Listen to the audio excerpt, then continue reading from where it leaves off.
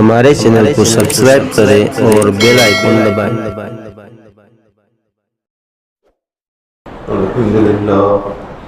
الحمد لله الذي أوضع الأفلاك والأرضين من كان نبيا وآدم بين الماء والطين والصلاة والسلام على سيد المرسلين وعلى آله وأصحابه أجمعين أما بعد فأعوذ بالله من الشيطان الرجيم بسم الله الرحمن الرحيم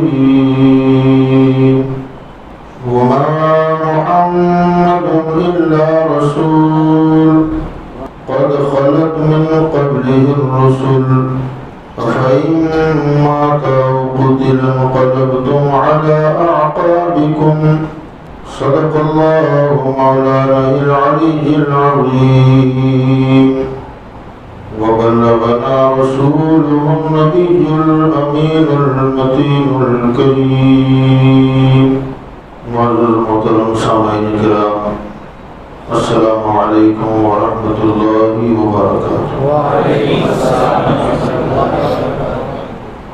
ان اللہ وملائکتہ یصلون علی النبی یا ایھا الذین آمنوا صلوا علیہ وسلموا تسلیما۔ اللهم صل علی سیدنا ونبینا مولانا محمد وعلى آلہ واصحابہ وبارک وسلم۔ صلاة وسلاما علیک یا رسول اللہ صلی اللہ تعالی علیہ وسلم۔ معزز محترم سامعین کرام، جب کوئی انسان کسی مقصد کے تحت یا کسی مشن کو انجام دینے کے لیے اپنے مرکز سے کسی اور جگہ جاتا ہے اور وہاں جانے کے بعد جب اپنے مقصد اور مشن میں کامیابی حاصل کر لیتا ہے، کام مکمل ہو جاتا ہے، تو پھر وہ واپس اپنے مرکز کی طرف لوٹتا ہے۔ ہمارے اور آپ کے آقا جناب محمد مصطفیٰ صلی اللہ علیہ وسلم کسی مقصد کے تحت اس دنیا میں ظاہری اعتبار سے تشریف لائے۔ ایک مشن تھا، وہ مشن اور مقصد کیا تھا؟ اللہ کے بندوں کو اللہ کی معرفت کرانا، بھٹکے لوگوں کو راہ راست پر لانا، ایک خدا کو چھوڑ کر کئی خداؤں کو ماننے والوں کو توحید پرست بنانا، لوگوں کو جینے رہنے سہنے کا سلیقہ بتانا۔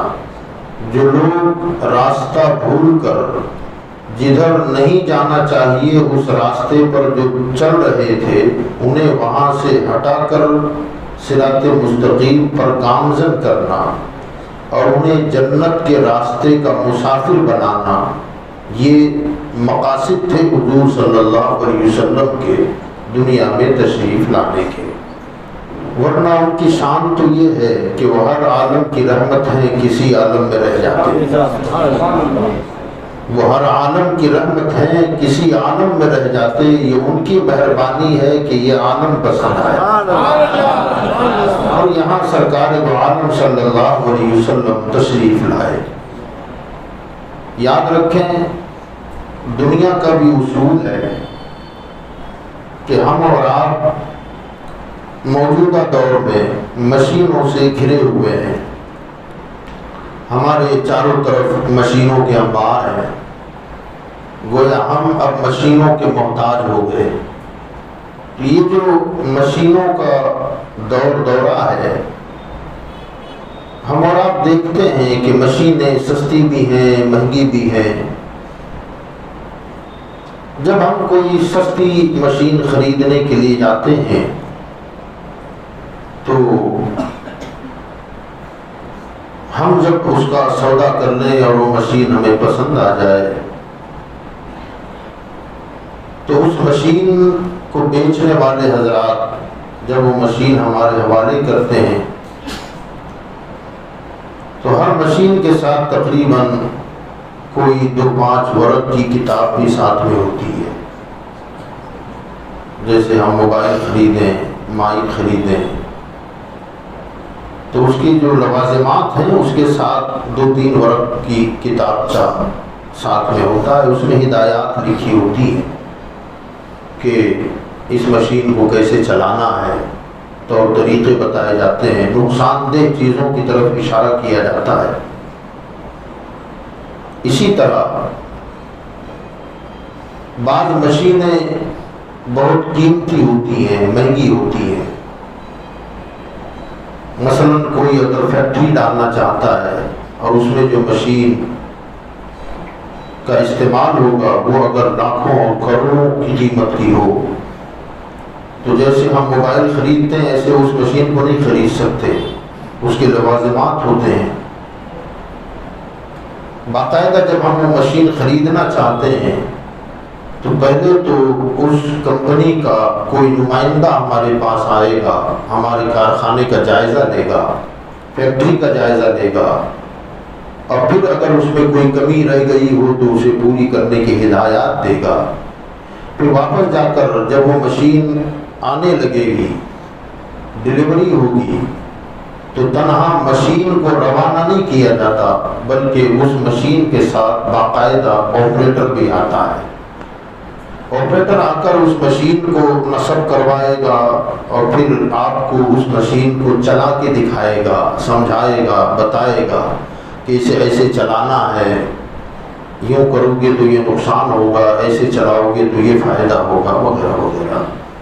سوال یہ ہے کہ پہلے جو ہم نے مشین خریدی جس کے ساتھ 2-3 ورق کی کتاب آ گئی، جب یہ مشین خریدی تو خالی 2-3 ورق کی کتاب نہیں، بندہ آیا اور آ کر کے وہ ہمیں بتا کر سمجھا کر، ایک دن میں نہیں سمجھے تو 2 دن رکا، 2 دن میں نہیں سمجھ میں آیا 8 دن رک گیا، ہفتہ رک گیا، مہینہ نکل گیا. جب اس کے سمجھ میں آتا ہے کہ پوری طرح یہ بندہ سمجھ گیا ہے، اب اس بندے سے کہتا ہے کہ کیا میں اب جاؤں؟ اب وہ جب اجازت دے گا کہ سارا کام کاج میرے سمجھ میں آ گیا ہے تو جاتے جاتے اب وہ کوئی کتاب آپ کے ہاتھ میں تھمائے گا کہ یہ رکھو. اب میرے جانے کے بعد اگر اس میں کوئی گڑبڑ ہو جاتی ہے تو یہ کتاب کھول لینا اور اس میں دیکھ لینا کہاں کیا اس کا اصول اور طریقہ بتایا ہوا ہے، اس کے مطابق اپنی مشین کا کام آپ انجام دے سکتے ہیں. اگر پھر بھی سمجھ میں نہ آئے تو اس کتاب کے اوپر کمپنی کا نمبر لکھا ہوا ہے، رابطہ کر لینا، بندہ کوئی نہ کوئی آ جائے گا اور وہ سمجھا کر، بتا کر، سدھار کر پھر اپنے ٹھکانے پر چلا جائے گا بلا تمثیل. چھوٹی مشین کے ساتھ ہر کمپنی 2-3 ورق کی کتاب دیتی ہے. اس مشین کے ساتھ جس کی قیمت کروڑوں میں ہے، کوئی آپریٹر آیا، اس نے سکھایا، سمجھایا، بتایا. یہ انسان جو ہے نا، یہ انسان بھی قدرت کے کارخانے کا ایک مشین ہے. یہ مشین اگر معمولی ہوتی نگاہ قدرت میں تو 2-3 ورق کی کتاب دے کر اللہ روانہ فرما دیتا، مگر نگاہ قدرت میں انسانی مشین کوئی معمولی مشین نہیں ہے. معمولی ہوتی تو کتابچہ دے کر روانہ کر دیتا. اللہ کی نگاہ قدرت میں اس مشین کی اہمیت بہت زیادہ ہے، اس لیے اس مشین کو چلانا سکھانے کے لیے محمد مصطفیٰ آئے. ہمارے آقا اس دنیا میں جو تشریف لائے، ورنہ زندگی کے لوازمات کے محتاج ہمارے آقا نہیں ہے. نہ انہیں کھانے کی ضرورت، نہ انہیں پینے کی ضرورت، نہ انہیں سونے کی ضرورت، نہ انہیں شادی کی ضرورت، نہ انہیں بچوں کی پرورش کی ضرورت، نہ انہیں جنگ کرنے کی ضرورت، کسی چیز کی کوئی ضرورت نہیں. آقا یہاں آئے، سویا، جاگے، کھائے، پیے، عبادت کی، ریاضت کی، شادی کی، بیاہ کیا، اولاد ہوئی، بچوں کی پرورش کی، تربیت فرمائی، داماد ہوئے، بیٹے بھی ہوئے، بیٹیاں بھی ہوئی، بیٹے ہوئے سے مراد یہ کہ زید ابن ثابت کو اپنا منہ ڈھولا بیٹا بنا لیا تھا، نواسے بھی ہوئے، پوتا بھی تو ہوا نا اسامہ بن زید رضی اللہ تعالیٰ۔ بہرحال آپ نے تربیت فرمائی، یہ سب کیوں کیا؟ بس بات یہ تھی کہ لوگوں مجھے اس کی حاجت نہیں ہے، میں کھا اس لیے رہا ہوں کہ تمہیں کھانے کا سلیقہ مل جائے، میں پی اس لیے رہا ہوں کہ تمہیں پینے کا ڈھنگ مل جائے، میں دنیا میں ازدواجی زندگی اس لیے گزار رہا ہوں تاکہ تمہیں ازدواجی زندگی کا سلیقہ مل جائے، بچوں کی پرورش اس لیے کر رہا ہوں تاکہ تمہیں بچوں کی پرورش کا طریقہ مل جائے، میں تجارت کا محتاج نہیں ہوں، ملک شام جا کے تجارت اس لیے کر رہا ہوں تاکہ تمہیں تجارتوں کے ڈھنگ مل جائے، تجارت کرنے کا سلیقہ تمہیں مل جائے۔ ورنہ حضور صلی اللہ علیہ وسلم نے کبھی کھا کر دکھایا اور کبھی نہ کھا کر بھی حضور نے دکھایا ہے کہ کہیں تم یہ مت سمجھنا کہ جیسے تم جینے کے لیے کھاتے ہو، نہ میں جینے کے لیے نہیں کھاتا ہوں، میں کھاتا اس لیے ہوں تاکہ کھانے کو زندگی مل جائے۔ ورنہ یاد رکھیں حضور صلی اللہ علیہ وسلم نے جینے کے لیے کبھی نہیں کھایا، جینے کے لیے کبھی نہیں پیا، آقا نے کھایا اس لیے تاکہ کھانے کو زندگی مل جائے، پیا اس لیے تاکہ پینے کو زندگی مل جائے۔ ممکن ہے کہ آپ یہ کہیں ہم تو جینے کے لیے کھاتے ہیں، آقا کریم صلی اللہ علیہ وسلم نے کھانے کو زندگی دینے کے لیے کیوں کھایا ہے؟ آخر کھانا کیسے زندہ ہو گیا ہے؟ تو یاد رکھیں کھانا وہی حلال ہے جس کو آقا نے یا تو کھایا ہے یا پسند کیا ہے، ورنہ جس کھانے کو آقا نے پسند نہیں کیا وہی تو حرام ہے۔ گویا وہ کھانا ہی مر گیا جس کو آقا نے نہ استعمال کیا نہ پسند کیا ہے۔ گویا آقا نے جس کھانے کو پسند کیا اس کھانے کو زندگی مل گئی ہے۔ غوث اعظم وہی کھانا کھا رہے ہیں، حضرت خواجہ پیا وہی کھانا کھا رہے ہیں جو ہمارے آقا نے کھایا ہے، داتا گنج بخش علی ہجویری وہی کھانا کھایا جو حضور نے کھایا ہے، اور جس کو حضور نے پسند نہیں کیا شریعت نے چوکڑی لگا دی۔ آقا نے شراب نوش نہیں فرمائی، نہ اسے پسند کیا، کہا امت پر حرام ہو گیا ہے۔ آقا نے جوے کی کمائی کبھی استعمال نہیں کی، نہ اسے پسند کیا ہے تو جوا حرام ہو گیا ہے۔ چوری کا مال آقا نے پسند نہیں کیا، وہی ہمارے لیے حرام ہو گیا۔ جھوٹ بول کے کمانا حضور صلی اللہ علیہ وسلم نے پسند نہ کیا تو یہ غلط بیانی کر کے کمانا ہمارے لیے حرام ہو گیا ہے۔ کسی کو دھوکہ دھڑی کر کے کمانا حضور نے پسند نہیں کیا، وہی کمائی حرام ہو گئی ہے جس کو آقا نے پسند نہیں کیا ہے۔ تو حضور صلی اللہ علیہ وسلم اس دنیا میں تشریف لائے تاکہ ہمیں جینے کا سلیقہ ملے۔ کسی بھی مشین کا آپریٹر جب آتا ہے ہفتہ رکے گا، 2 ہفتہ رکے گا، 3 ہفتہ رکے گا، مہینہ رکے گا، چلا جائے گا، جہاں سے آیا تھا رخصت ہو جائے گا۔ ہمارے آقا نے اس مشین کو چلانے کا ڈھنگ کتنے سال سکھایا؟ 63 سال۔ اب 63 سال سیکھ کر بھی اگر غفلت ہو جائے تو میں نہیں سمجھتا کہ ہم سے بڑا بھی کوئی بیوقوف ہوگا۔ 63 سال جس مشین کو چلا کے آقا نے بتایا لوگوں سونا ہے تو کیسے سو۔ اللہ نے قرآن میں آئیڈیل کے طور پر کیا فرمایا؟ فرمایا لقد کان لکم فی رسول اللہ اسوۃ حسنہ، اے لوگوں تمہارے لیے بہترین نمونہ اور آئیڈیل میرے مصطفیٰ کی ذات ہے۔ آپ دیکھیں نا ذات ایک ہے، آئیڈیل جو ہوتا ہے آئیڈیل، اگر آپ وکیل بننا چاہتے ہیں تو آئیڈیل انجینئر کو نہیں بنائیں گے آپ اگر انجینئر بن رہے ہیں تو آئیڈیل کسی ڈاکٹر کو نہیں بنائیں گے آپ، نمونے کے طور پر اسے دیکھ کر اپنی لائف نہیں چلائیں گے آپ۔ اگر وکالت کرنا چاہتے ہیں تو بہترین وکیل کو اپنا نمائندہ بناؤ گے، اسے آئیڈیل بناؤ گے۔ اگر انجینئرنگ کی لائن میں آپ بننا چاہتے ہیں تو کسی اچھے انجینئر کو دیکھو گے، اس کی زندگی کو پڑھو گے، اس کا مطالعہ کرو گے۔ اگر ڈاکٹر بننا چاہتے ہیں تو کوئی بہترین ڈاکٹر کو اپنا آئیڈیل بناؤ گے۔ اب اللہ تعالیٰ نے اپنے تمام بندوں کو بیک وقت حکم دیا ہے لقد کان لکم فی رسول اللہ اسوۃ حسنہ، اے لوگوں تم سب کے لیے بہترین آئیڈیل میرے رسول کی زندگی ہے۔ مولا میں تجارت کرنا چاہتا ہوں، فرمایا نبی کو دے۔ مولا میں جنگوں میں مہارت چاہتا ہوں، کہا میرے مصطفیٰ کو دے۔ مولا میں جج بننا چاہتا ہوں، کہا میرے مصطفیٰ کو دے۔ مولا میں کاشتکاری کرنا چاہتا ہوں، کہا ابو ذر غفاری کے کھیت میں پودے اگاتے ہوئے مصطفیٰ کو دے۔ فرمایا کسانی کرتے ہوئے دیکھ۔ مولا میں مزدوری کرنا چاہتا ہوں، میرے آقا صلی اللہ علیہ وسلم کو مکہ کی وادیوں میں کام کرتا ہوا دیکھ۔ مولا میں تجارت کرنا چاہتا ہوں، ملک شام کی مڈیوں میں میرے مصطفیٰ کو تجارت کرتا ہوا دیکھ۔ حضرات گرامی، ذات ایک ہے مگر سب کے لیے اللہ نے آئیڈیل بنا دیا ہے۔ تو حضور صلی اللہ علیہ وسلم ہمیں اور آپ کو جینا سکھانے کے لیے تشریف لائے۔ سونا ہے تو کیسے سوئیں، کھانا ہے تو کیسے کھائیں، پینا ہے تو کیا پیئیں، کیسے پیئیں۔ سبحان اللہ، کیا کھانا ہے وہ بھی بتایا، کیسے کھانا ہے وہ بھی بتایا، کیا پینا ہے وہ بھی بتایا، کیسے پینا ہے وہ بھی بتایا۔ مگر ہم بھی پھر بھی اس کے باوجود اس طریقے کو فراموش کرتے ہیں، تو گویا ہم دنیا والوں کے ساتھ تو انصاف کرتے ہیں، اپنے بنانے والے کے ساتھ ہم انصاف نہیں کرتے، عدل سے کام نہیں لیتے۔ آپ موٹر گاڑی والے لوگ ہیں اور بہتر طریقے سے آپ جانتے ہیں کہ ہم جب گاڑیاں خریدتے ہیں تو باقاعدہ طور پر ہر گاڑی میں پیٹرول ڈیزل کی ٹنکیاں لگی ہوتی ہیں، تبھی وہ گاڑی چلتی ہے۔ یہ گاڑی جو اللہ نے بنائی ہے، یہ مشین، اس میں بھی تو کچھ ڈالنا ہے تب چلے گی، اس کے بغیر نہیں چلتی۔ ہر گاڑی بنانے والی کمپنی گاڑی جب خریدی جاتی ہے اسی وقت بتا دیتے ہیں انجن پیٹرول ہے کہ انجن ڈیزل والا ہے۔ اس نے کہہ دیا پیٹرول ہے۔ میں نے نہیں دیکھا آج تک کہ کسی پیٹرول والی گاڑی میں ڈیزل ڈالا گیا ہو۔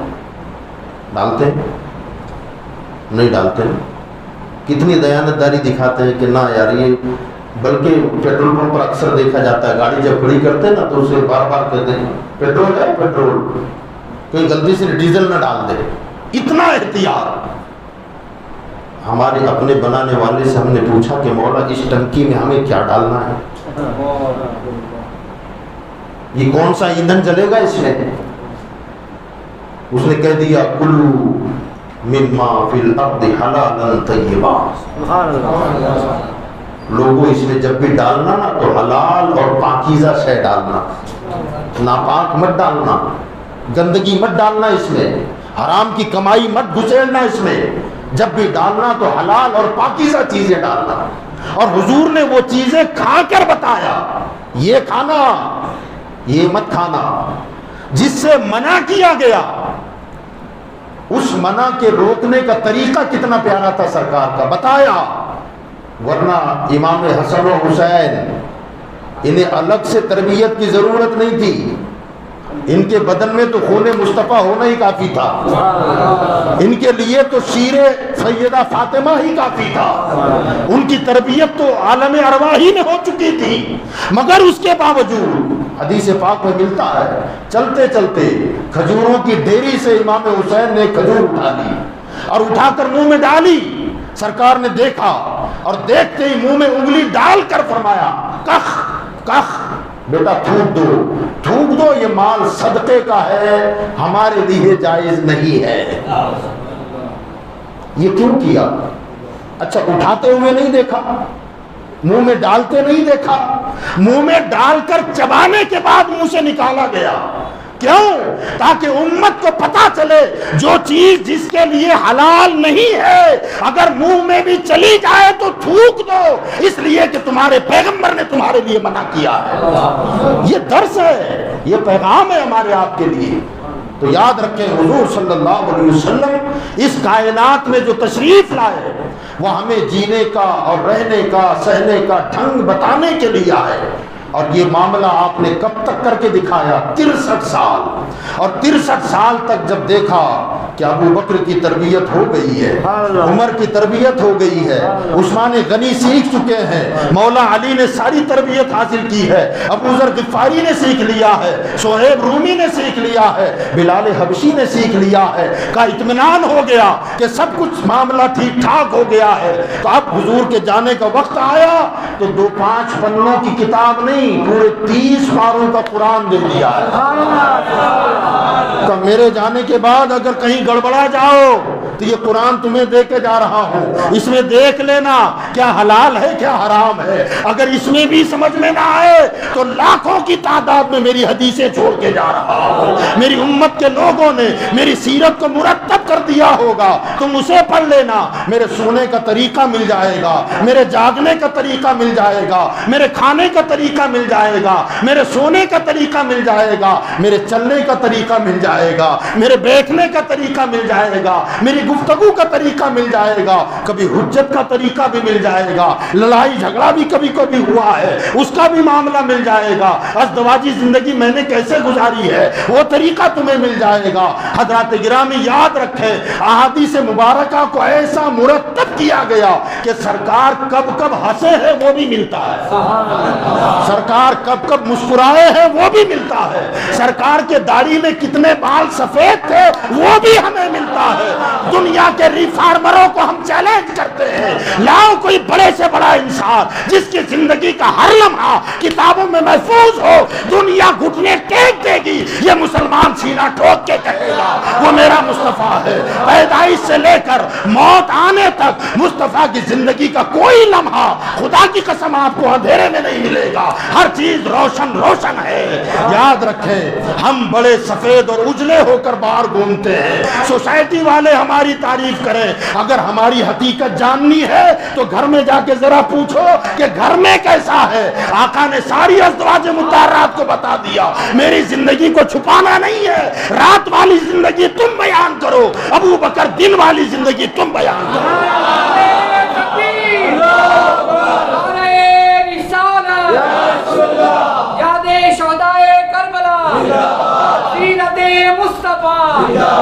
مسلک اعلی حضرت، عشق محبت عشق محبت،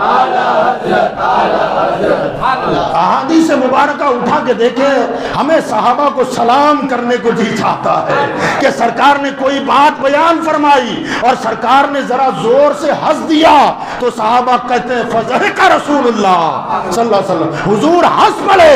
کبھی حضور نے آواز پیدا نہ ہو کر جو ہنسی ہے جسے مسکرانا کہتے ہیں، صحابہ کہتے ہیں فتبسم رسول اللہ، حضور خالی مسکرائے۔ کبھی ہنسے تو روایت میں آتا اتنا ایسا ہنسے کہ سرکار کی پیچھے والی داڑیں چبکنے لگ گئی۔ صحابہ اپنے آقا کو کتنے غور سے دیکھا کرتے تھے، کتنی سنجیدگی سے دیکھا کرتے تھے کہ صحابہ نے تبسم کب فرمایا، صحابہ نے ضحک کب فرمایا، یہ سرکار کی اداؤں کو محفوظ کیا۔ آخر ان حفاظت کی ضرورت کیا تھی؟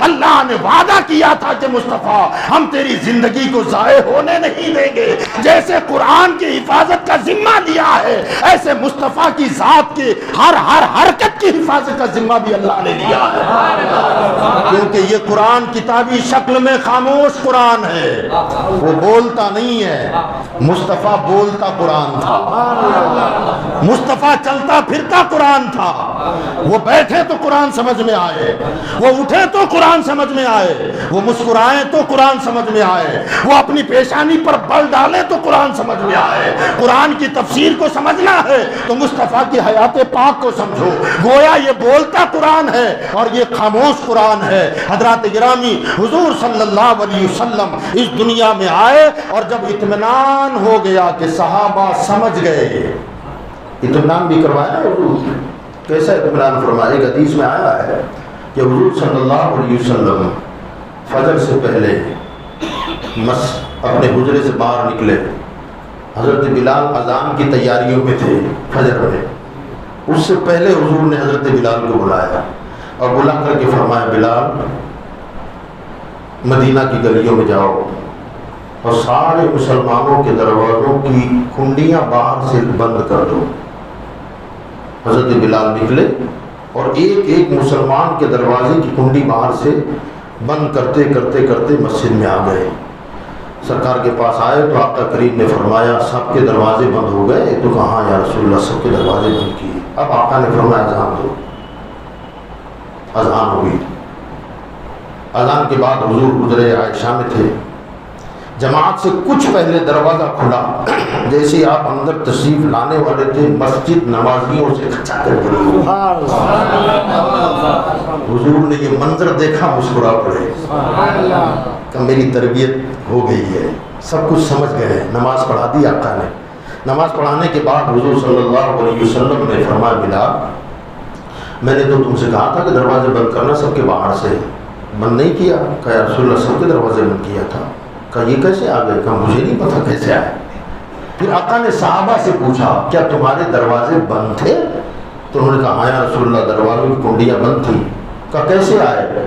اب جو جس طریقے سے آیا تھا اس طریقے کو بیان کرنے لگ گیا۔ کہا یا رسول اللہ ہم نے دروازہ توڑ دیا ہے۔ کوئی کہنے لگا دروازہ مضبوط تھا، چھپرا کمزور تھا، میں وہ توڑ کے نکلا ہوں۔ کہا گھر کا نقصان گوارا ہے مگر نماز جماعت کے بغیر ہو یہ گوارا نہیں ہے۔ آقا نے اطمینان کر لیا کہ اب میری امت کامیاب ہو رہی ہے، میری تربیت رائے گا نہیں گئی، یہ سمجھ چکے ہیں۔ میرے بھائیوں جب اطمینان آقا کو ہو گیا تو حضور صلی اللہ علیہ وسلم کا اپنے مقام اصلی کی طرف لوٹنے کا وقت آیا، کیونکہ اللہ کا وعدہ ہے اور اس کا قانون ہے کل نفس ذائقۃ الموت، ہر نفس کو ہر جان کو موت کا مزہ چکھنا ہے۔ نبی ہو، ولی ہو، شہید ہو، غوث ہو، قطب ہو یا عام بندہ ہو، موت آنی ہے، مگر فرق یہ ہے کہ موت آنا اور ہے، مر جانا اور ہے۔ اس کو جنہوں نے نہیں سمجھا وہ سب کو ایک ہی لاٹھی سے ہانکتے ہیں۔ یاد رکھیں موت آنا اور ہے، مر جانا اور ہے۔ ہمیں آپ کو موت آئے گی تو مر جانے والی آئے گی، انبیاء کو موت آئی ہے مگر مرنے والی نہیں۔ بقول امام احمد رضا انبیاء کو بھی اجل آنی ہے، انبیاء کو بھی اجل آنی ہے مگر ایسی کہ فقط آنی ہے، آنی ہے، انبیاء کو بھی اجل ہے۔ ذرا دیکھیں ایک ہی مصرے میں دو لفظ اعلیٰ حضرت نے بیان کیے ہے نا، انبیاء کو بھی اجل آنی ہے مگر ایسی کہ فقط آنی ہے۔ اس آن کے بعد پھر ان کی زندگی مثل جاویدانی ہے۔ آنی ایک تو آنے کے معنی میں ہے اور دوسرا محاورہ ہے، یہ محاورہ۔ یہ کیا آنا ہوا آپ کا؟ آئے اور چل دیے، یہ کوئی آنا ہے؟ سیکنڈوں میں وہاں فرماتے وہاں لمحے کو بتایا گیا، سیکنڈ بتایا گیا۔ فرماتے انبیاء کو موت آنی ہے مگر ایسی کہ فقط آنی ہے۔ کتنی آئے گی؟ کا سیکنڈ کے بھی کروڑویں حصے کے برابر۔ پھر اس کے بعد ان کی زندگی مثل جاویدانی ہے۔ جب وقت آیا شاہ عبدالحق محدث دہلوی رحمۃ اللہ علیہ فرماتے ہیں کہ 22 صفر کو حضور صلی اللہ علیہ وسلم کی طبیعت علیل ہوئی۔ علالت کی ابتدا سر کے درد سے ہوئی، سرکار کے سر میں درد شروع ہوا، دھیرے دھیرے یہ سلسلہ بڑھتا گیا اور درد میں بھی اضافہ ہوتا گیا۔ جسمانی اعتبار سے، ظاہری اعتبار سے بدن کی قوت کمزور پڑتی چلی گئی، مرض علالت بڑھتی گئی۔ جب تک جسمانی اعتبار سے طاقت بحال تھی، تمام ازدواج مطہرات کے یہاں جس کی جس دن باری تھی آرام کے لیے تشریف لے جاتے، لیکن جب جسمانی طاقت جواب دے چکی تو سیدہ عائشہ صدیقہ کے حجرے میں تشریف لائے اور ساری ازدواج مطہرات ہماری ماؤں کو بلایا اور بلا کر کے فرمایا کہ جب تک میرے جسم میں ظاہری اعتبار سے طاقت و قوت تھی میں نے کسی کا حق نہیں مارا، جس دن جس کی یہاں آرام کرنے کی باری ہوتی میں وہاں آتا تھا۔ میں اب تم سب سے اجازت مانگ رہا ہوں، اب میرے جسم میں وہ طاقت نہیں ہے، اگر تم اجازت دو تو کیا ہم سیدہ عائشہ کے حجرے میں اب آرام کر لیں؟ ساری ازواج مطہرات نے کہا یا رسول اللہ آپ جو چاہیں اور جہاں چاہیں آرام کریں، ہم سے اجازت لینا؟ فرمایا نہ، تمہارا حق ہے، حالانکہ حضور کو اجازت لینے کی ضرورت نہیں۔ کیوں؟ اس لیے کہ وہ مالک ہیں، مگر یہ امت کی تعلیم کے لیے تھا۔ فرمایا دیکھو مجھے، دیکھو میں آئیڈیل ہوں، اپنی اتنی بیویوں کا حق ادا کر رہا ہوں، اور پھر جب بدن کی طاقت کم ہو گئی اب ان سے اجازت لے رہا ہوں تاکہ تمہیں سلیقہ ملے، عدل کا ڈھنگ ملے، انصاف کرنے کا طریقہ تمہیں مل جائے۔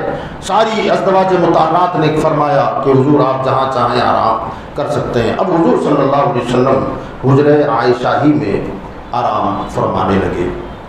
دھیرے دھیرے طبیعت کی علالت بڑھتی گئی، لیکن اس کے باوجود باقاعدگی کے ساتھ آقا کریم صلی اللہ علیہ وسلم مسجد نبوی شریف میں تشریف لا کر لوگوں کی امامت فرماتے، نماز کی امامت پابندی کے ساتھ فرماتے رہے۔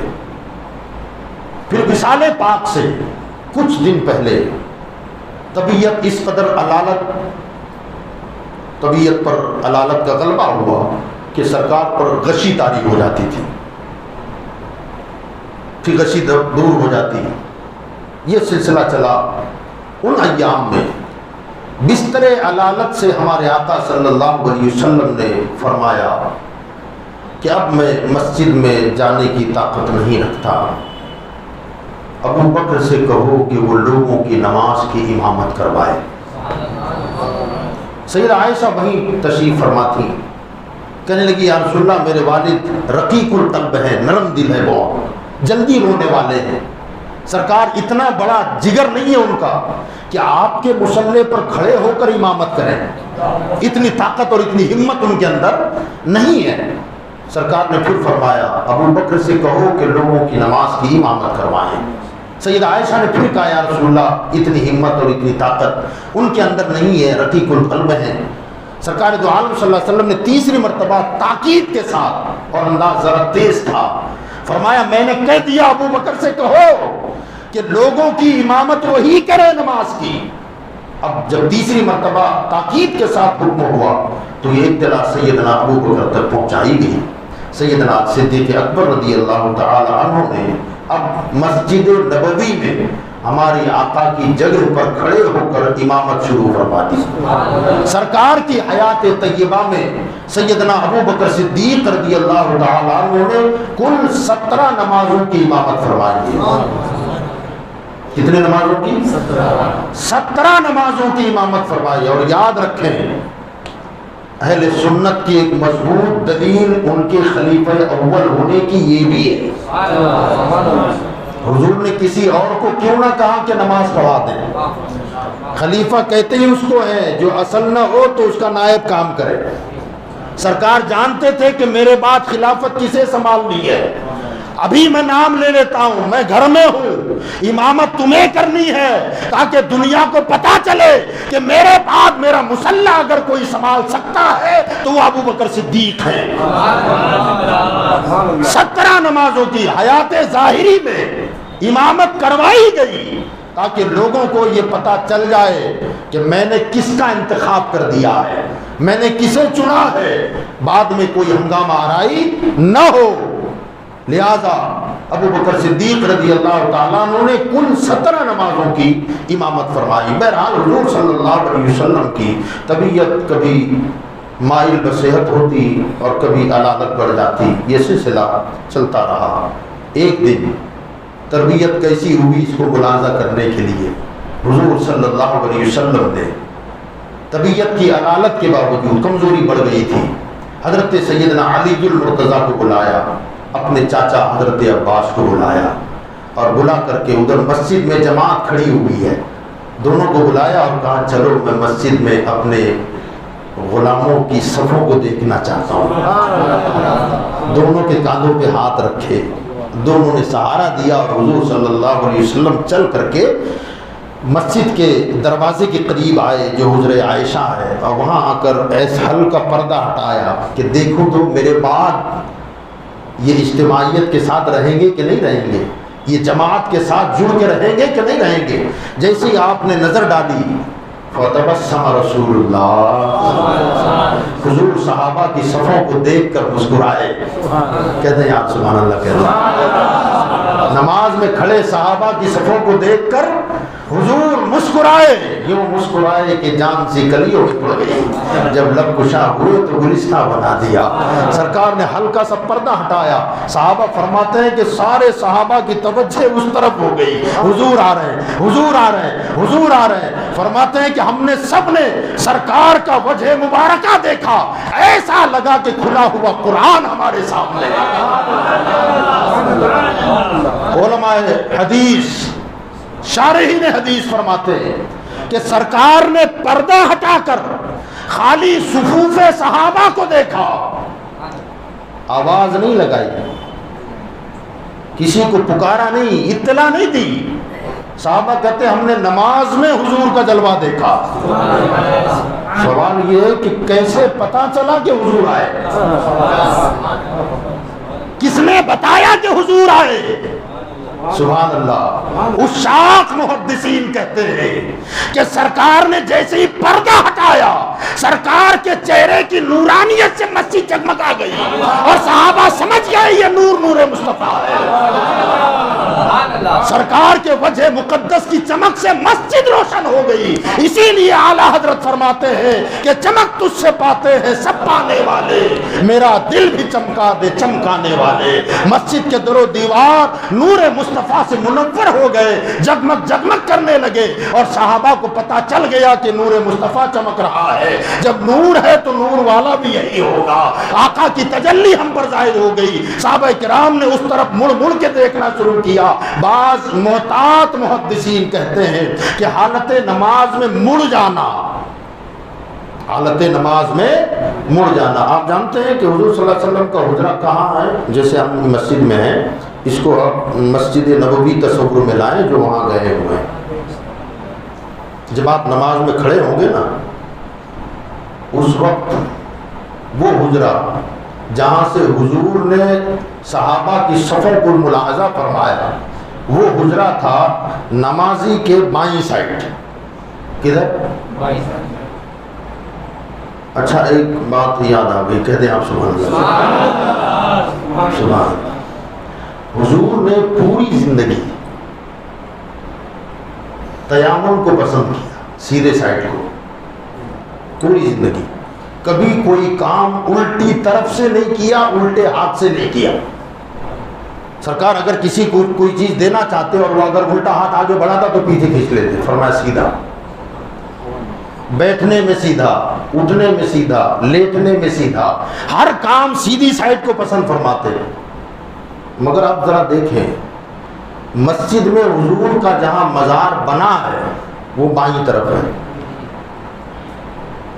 آپ نماز کے لیے جب کھڑے ہوں گے تو آپ کی کس سائڈ جائے گا حجرہ؟ بائیں طرف. جب پوری زندگی داہنی کو پسند فرمایا، تلقین فرمائی کوئی کام الٹی سر جانب نہ کرنا، سیدھی طرف سے کرنا، تو پھر مزار بائیں طرف کیوں بنا؟ جب ہم نے اس پر غور کیا تو اس نتیجے پر پہنچے کہ میاں دل بائیں طرف ہی ہوتا ہے، اور یہ زندہ ہے تو ہم زندہ ہیں، یہ سلامت ہے تو ہم سلامت ہیں. وہ جو نہ تھے تو کچھ نہ تھا، وہ جو نہ ہو تو کچھ نہ ہو. جان ہے وہ جہان کی، جان ہے تو جہان ہے، تاکہ لوگوں کو پتا چلے کہ قلب ہمیشہ بائیں طرف ہوتا ہے اور یہ کائنات کا قلب ہے جو نمازی کی بائیں طرف رکھا ہوا ہے تاکہ تمہاری زندگی چلتی رہے. حضرات گرامی، حضور صلی اللہ علیہ وسلم نے پردہ ہٹایا.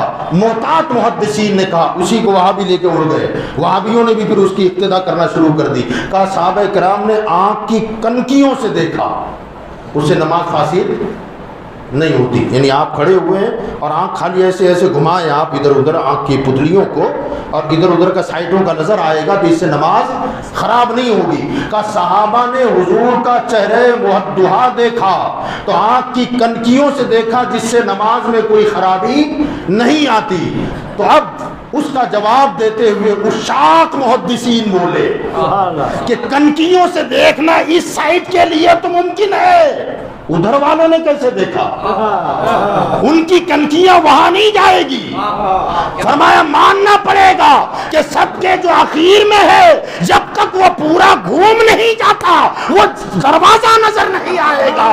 ماننا وہ بھی کہتے ہیں کہ ہم نے چہرے مصطفیٰ کو چمکتا ہوا دیکھا، تو جنہوں نے کنکیوں سے دیکھا وہ دیکھا ہوگا، مگر آخری والوں نے جب دیکھا تو پورا گھوم کے دیکھا، مگر نماز میں خرابی نہیں آئی، بلکہ آقا نے مسکراتے ہوئے پردہ ڈال کر فرمایا فاتم الصلاۃ، نماز مکمل کرو۔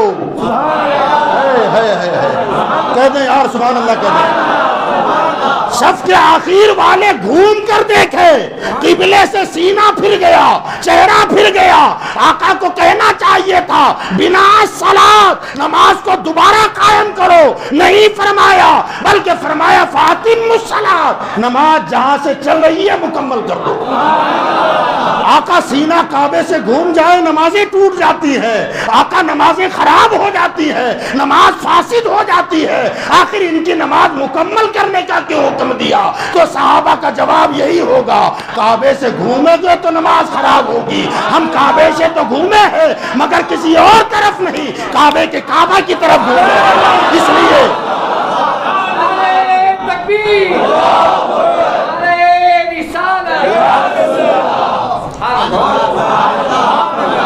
صرف کعبے سے نماز میں گھومو گے تو نماز فاسد ہوگی، مگر کعبے سے کعبے کے کعبہ کی طرف گھومو، فرما نماز فاسد نہیں ہوتی، نماز اکمل ہوتی ہے، نماز کامل ہوتی ہے۔ اعلیٰ حضرت نے اسی لیے تو فرمایا ہے حاجیوں آؤ شہنشاہ کا روضہ دیکھو۔ ارے کعبہ تو دیکھ چکے، کعبے کا کعبہ دیکھو، کعبہ تو دیکھ چکے، کعبے کا کعبہ دیکھو۔ سرکار نے پردہ ہٹایا، صحابہ کو دیکھا کہ پلٹ پلٹ کے مجھے دیکھ رہے ہیں، پلٹ پلٹ کے مجھے دیکھ رہے ہیں، مسکرائے، فرمایا فاتم الصلاۃ، نماز مکمل کر لو۔ سبحان اللہ، کہہ دیں یار سبحان اللہ۔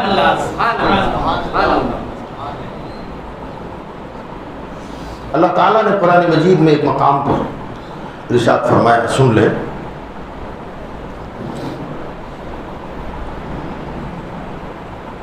یا ایھا الذین آمنوا استجیبوا للہ وللرسول اذا دعاکم، اے ایمان والو جب تمہیں اللہ اور اس کا رسول بلائے فوراً دوڑ جاؤ۔ یا ایھا الذین آمنوا استجیبوا للہ وللرسول اذا دعاکم، جب کبھی تمہیں وہ بلائیں تو دوڑ جاؤ۔ اس کی تفسیر میں مفسرین نے لکھا ہے، فرمایا بندہ کوئی کام کر رہا ہو، چاہے جتنا اہم کام ہو، اگر کسی خوش نصیب کو حضور آواز دے دیں تو اس پر فرض ہے کہ ہر کام چھوڑ کر حضور کی دربار میں حاضر ہو جائیں۔ فرماتے حتیٰ کہ، بلکہ حدیث لائے ہیں اس میں، اگر کوئی بندہ نماز میں ہو اور حضور نے آواز دے دی، اس پر فرض ہے کہ نماز چھوڑ کر حضور کے پاس جائے۔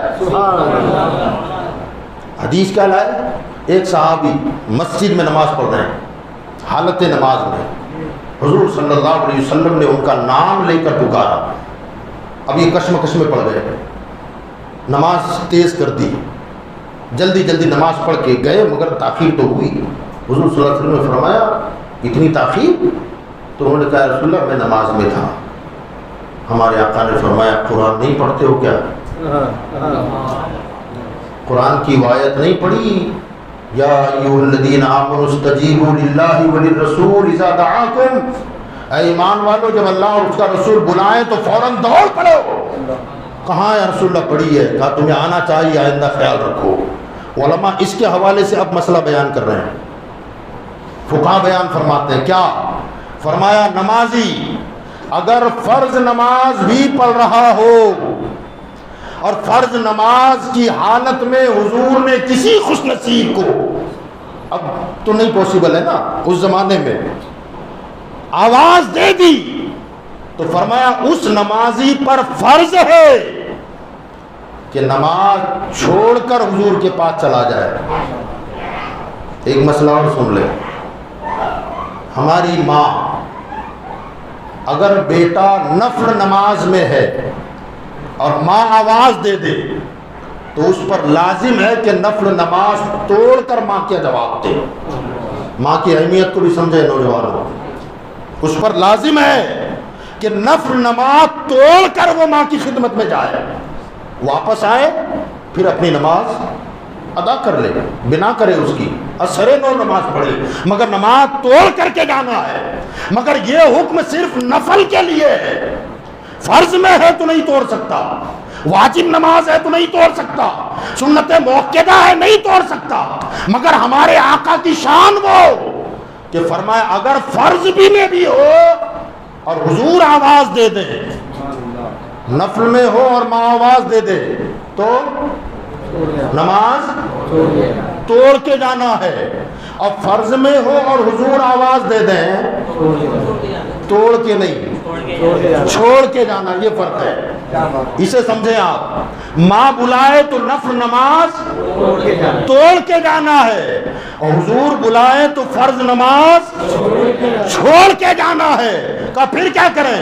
چلے جائے، حضور کو سلام کرے، حضور سے بات کرے، حضور کوئی کام سونپے وہ کام کر دے، بازار بھیج دیا بازار جائے، واپس آئے، فرمایا جب فارغ ہو جائے آقا اجازت دے دے نماز جہاں سے چھوڑی تھی وہیں سے آگے بڑھ لے۔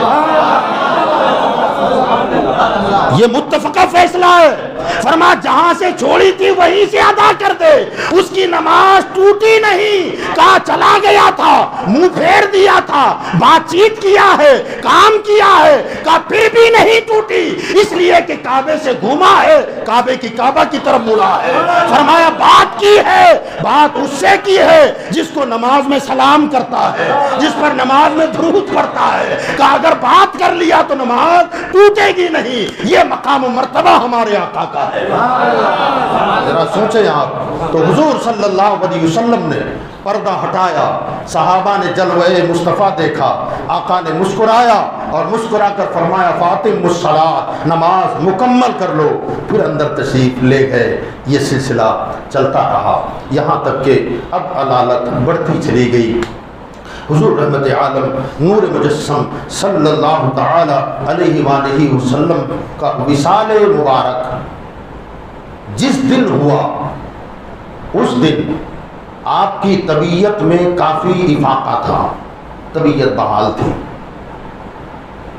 صحابہ کرام نے دیکھا کہ طبیعت مائل بصحت ہے، اپنے اپنے کاموں پہ لوگ چلے گئے۔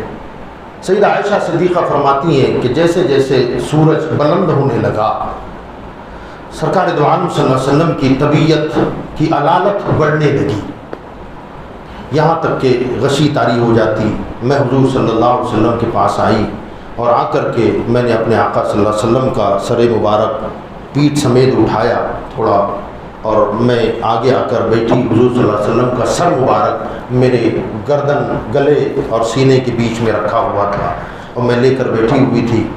وہیں قریب میں پانی کا ایک بھرا ہوا پیالہ تھا، حضور صلی اللہ علیہ وسلم اس میں ہاتھ ڈبوتے، تر کرتے اور چہرے پر مسلتے اور کہتے تھے ہائے موت میں بڑی سختیاں ہیں، موت میں بڑی سختیاں ہیں، موت میں بڑی سختیاں ہیں۔ اور پھر کہنے لگے یا اللہ موت کی جتنی سختیاں ہیں سب مجھے دے دے، میری امت کی موت میں آسانی پیدا فرما دے، میری امت کی موت میں آسانی پیدا فرما دے۔ اور چہرے پر گیلا ہاتھ پھیرتے جاتے۔ سیدہ عائشہ فرماتی ہیں اتنے میں میرے بھائی حضرت عبد الرحمن ابن ابوبکر تشریف لائے، تو حضور صلی اللہ علیہ وسلم کے پاس جب وہ آئے تو ان کے جیب میں مسواک تھی۔ سرکار دو عالم صلی اللہ علیہ وسلم نے اس طرف دیکھا، اور میں جانتی تھی کہ میرے آقا کو مسواک بہت پسند ہے، مسواک سے بڑی چاہت ہے سرکار کو۔ فرمایا کہ جب حضور نے میرے بھائی کو دیکھا اور مسواک پر نظر گئی، میں سمجھ گئی شاید مسواک چاہتے ہیں، تو میں نے دھیرے سے کہا یا رسول اللہ کہ اب مسواک لے لوں ان سے؟ تو حضور نے سر ہلایا کہ ہاں وہ مسواک مجھے دے۔ حضرت عائشہ فرماتی ہیں کہ میں نے اپنے بھائی سے مسواک مانگی اور میں نے حضور کو دی، سرکار نے اپنے دہن مبارکہ میں اسے ڈالا، مگر جسمانی اعتبار سے کمزوری زیادہ تھی اور مسواک سخت تھی، سرکار چبا نہ سکے۔ سیدہ عائشہ فرماتی ہیں کہ سرکار نے منہ سے مسواک نکال دی تو میں نے کہا رسول اللہ کیا میں اسے نرم کر دوں؟ حضور نے فرمایا ہاں۔ سیدہ عائشہ فرماتی ہیں کہ میں نے اس مسواک کو لیا اور اپنے منہ میں رکھ کر اسے چبایا، چبا کر نرم کر دیا، جب اچھی طرح نرم ہو گئی تو میں نے حضور کو عطا کی۔ حضور نے وہ مسواک لے کر پھر اپنے دانتوں پہ اسے پھیرنا شروع کیا۔ کہتے ہیں سبحان اللہ، ہماری ماں عائشہ کے لیے سبحان اللہ۔ سیدہ عائشہ اس عمل پر زندگی بھر فخر کرتی تھی، پوری زندگی اس پر فخر کرتی تھی۔ ایسی کئی چیزیں ہیں جو فخریہ انہوں نے بیان فرمائے، ان میں سے ایک یہ ہے کہ لوگوں میں وہ ہوں، اللہ نے میرے تھوک کو مصطفیٰ کی تھوک سے ملا دیا ہے۔ آخری وقت میں نے مسواک اپنے منہ میں چبائی، اسے نرم کیا اور پھر آقا نے اسی کو استعمال کیا ہے، یہ مجھے فخر ہے۔ سبحان اللہ، ذرا سوچے نا، جس تھوک سے عائشہ کا تھوک ملا، وہ تھوک کیسا تھوک ہے حضور کا؟ کھاری کنویں میں گرے تو میٹھا ہو جائے، دکھتی ہوئی علی کی آنکھوں میں جائے تو شفا مل جائے، حضرت عبداللہ بن عتیق کی پنڈلی کی ہڈی ٹوٹ جائے، تھوک لگے تو ہڈی جڑ جائے اور تندرست ہو جائے۔ یہ ہڈیاں ٹوٹ کر حضرت قتادہ کی آنکھ کا ڈھیلا نکل کر باہر آ گیا، حضور نے وہی تھوک لگا کر آنکھ کے گھراؤ میں ڈالا تو پہلے سے زیادہ روشن ہو گئی۔ یہی وہ قتادہ ہے، فرماتے ہیں کہ میرے جسم پر پھوڑیاں ہو گئی، پھنسیاں ہو گئی، میں نے شکایت کی درد زیادہ ہے۔ آقا نے فرمایا قمیص اوپر کر، میرے سامنے بیٹھ جا۔ میں نے کرتا اوپر کیا اور بیٹھا، حضور تھوک نکالتے تھے اور میری پھنسیوں پر لگاتے تھے، میری پھوڑیوں پر لگاتے تھے۔ حضرت قتادہ فرماتے خدا کی قسم اس کے بعد سے زندگی بھر مجھے عطر لگانے کی نوبت نہیں آئی، میں نے کبھی خوشبو نہیں لگائی، مگر حال یہ تھا کہ جس محفل میں جاتا میری خوشبو مہکنے لگ جاتی تھی، سب کی خوشبوئیں ماند پڑ جاتی اور میری خوشبو بلند ہو جاتی۔ لوگ مجھ سے پوچھتے تھے کون سا عطر استعمال کرتے ہو، کون سی خوشبو استعمال کرتے تھے، تو میں جواب دیتا تھا میں کبھی عطر لگاتا ہی نہیں ہوں، اس لیے کہ تھوک مصطفیٰ کا میرے جسم سے لگا ہوا ہے۔ کہاں ہیں وہ لوگ جو اپنے نبی کو اپنا جیسا کہنے میں لگے ہوئے ہیں؟ ارے لوگوں عقل سے کام لو، جاؤ نا اسٹیشنوں پر، جگہ جگہ لکھا ہے تھوکنا منع ہے، بینک میں جاؤ تھوکنا منع ہے، کہیں اور خاص جگہ پر جاؤ تھوکنا منع ہے۔ ہم نے کہا بھیا یہاں تھوکنا کیوں منع ہے؟ کہا تم نہیں جانتے، یہاں تھوکو گے تمہاری بیماری کے جراثیم اڑیں گے، جو بیمار نہیں ہے انہیں لگ جائے گی، تمہاری بیماری پھیلے گی۔ کہا اس سے مرض بڑھتا ہے، بیماریاں بڑھتی ہیں۔ ارے نادان، تو جہاں تھوکے بیماری نہ ہو تو بیماری پیدا ہو، اور مصطفیٰ جہاں تھوک دے بیماری بھاگ جاتی ہے۔ تب بھی کہتا ہے نبی میرے جیسے ہے، تب بھی کہتا ہے نبی ہمارے جیسے ہے۔ ذرا سوچو، ہم جہاں تھوکے بیماری نہ ہو تو بیماری پیدا ہو، اور نبی بیماری پہ تھوک دے بیماری بھاگ جائے۔ اور جو اپنا جیسا کہتے ہیں ان سے کہو نا، کسی اور کو کیا، تم خود ہی اپنے یہاں ہاتھ پر تھوک کر ذرا رگڑو، اور رگڑ کے ذرا سونگ کے دیکھو۔ اور حضور نے جس کی پیٹھ پر تھوک رگڑا ہے کہ اسے مشکبار بنا دیا ہے۔ ان کی مہک نے دل کے غنچے کھلا دیے ہیں، ان کی مہک نے دل کے غنچے کھلا دیے ہیں، جس راہ چل دیے ہیں کوچے بسا دیے ہیں۔ یہ حضور صلی اللہ علیہ وسلم کی ذات سدودہ صفات۔ تو بہرحال حضرت عائشہ صدیقہ رضی اللہ تعالیٰ عنہ فرماتی ہیں کہ حضور صلی اللہ علیہ وسلم بار بار وہ پانی اپنے چہرے پر لگاتے تھے مسواک کی، اور اس کے بعد آپ نے یہ جملے فرمائے، لا الہ الا اللہ، لا الہ الا اللہ، لا الہ الا اللہ، الصلاۃ او ما ملکت ایمانکم۔ نماز، نماز، لوگوں غلام اور کنیز اور لونڈیوں کا خیال کرنا، وہ سوسائٹی کے دھتکارے ہوئے لوگ ہیں ان کے ساتھ زیادتی نہ کرنا، ان کے ساتھ غریبوں پر رحم کرنا، کمزوروں کا سہارا بننا، او ما ملکت ایمانکم، یہ فرمایا۔ اسی حالت میں تھے کہ سیدہ عائشہ فرماتی ہیں، سیدہ فاطمہ بھی فرماتی ہیں کہ اچانک ہمارے دروازے پر کسی نے دستک دی۔